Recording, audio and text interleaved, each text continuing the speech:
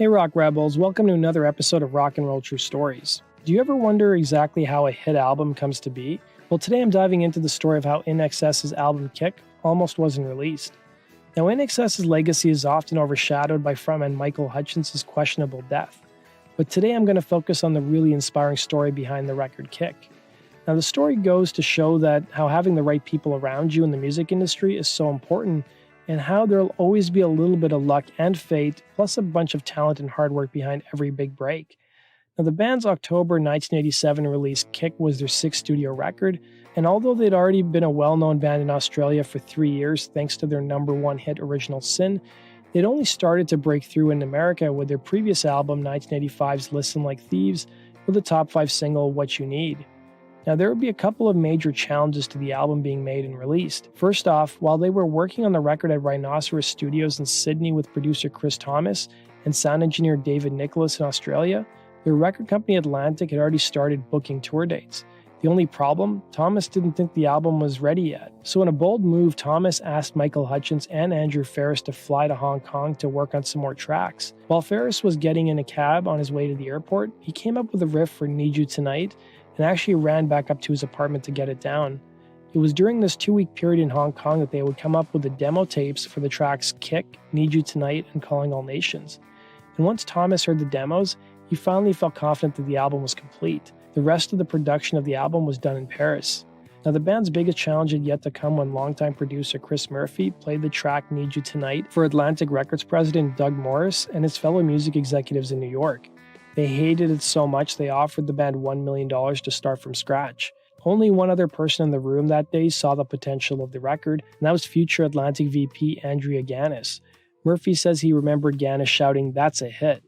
Now, unfortunately, Gannis' praise wasn't enough for Atlantic to go ahead with releasing Kick, and the other presidents of the band's 2 other record labels, including WEA and Mercury, had also rejected the album flat out. The band also struggled because the record was such a departure from their Australian pub band scene roots. Now, Chris Murphy, the band's manager, had to get proof that the record was going to be a hit, so he came up with an unusual plan.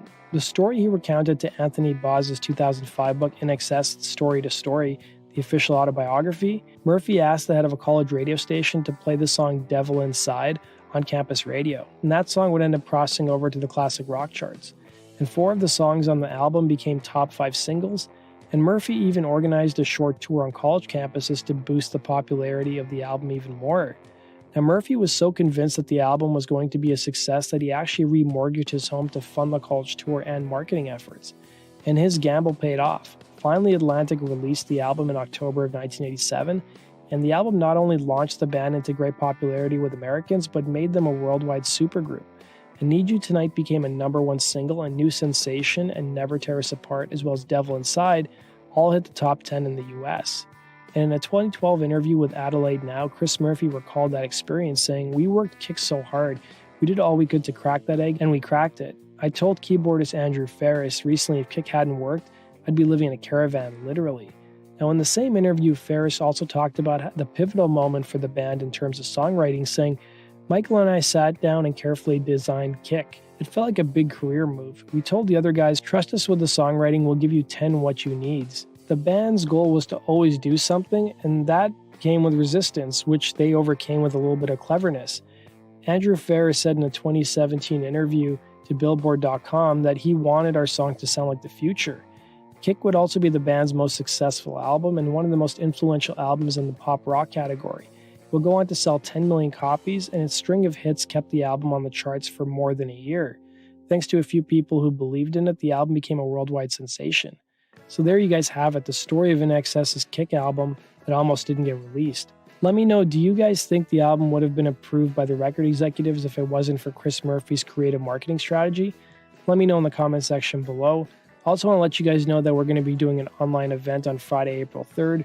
We're doing a live listening party for our patrons with a playlist that's picked by you guys. If you want to sign up, visit our Patreon page. The link is down below. And sign up for the groupie or band member tier.